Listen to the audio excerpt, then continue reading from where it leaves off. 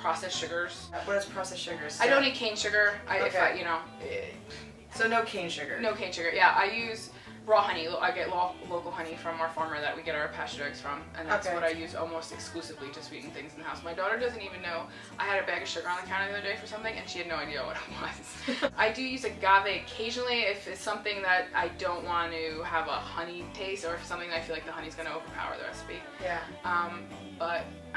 And you can do dairy. I do dairy fine. Both kids do dairy. There's been some speculation that my oldest might have a dairy issue because she had asthma and eczema, but once we remove the gluten, that's almost cleared up completely.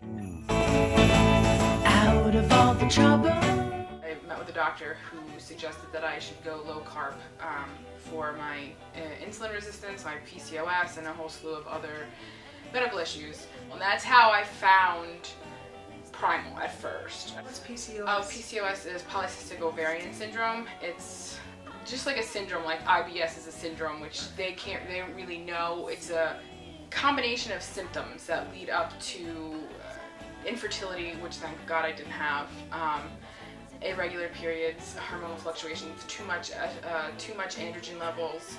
I've been on metformin, which is a diabetes medication to lower my androgen levels because it's been shown to do that. Some people present with actual cysts on their ovaries, which I did have during an ultrasound, so hence the polycystic ovarian syndrome. But it's a catch-22 because the way it messes with your hormones makes it incredibly difficult for people to lose weight, and most of the people carry the weight around their middle because that's where your insulin is. But the best treatment for it, the only treatment for it other than medicinal intervention, is to lose weight.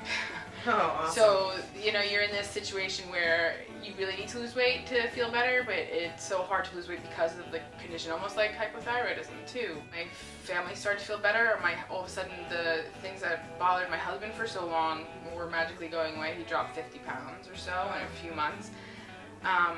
Turns out he's celiac.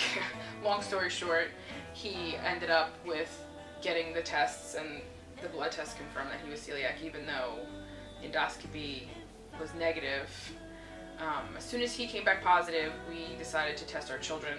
We have 2 children. My daughter's 5 and my son is almost 3, and they both came back positive for gluten intolerance. Wow. So then that's kind of how it evolved. I'm going to create wholesome, real recipes without added sugars, without grain, without any kind of gluten type ingredients at all, no soy, for my family, so that they can be healthy and happy.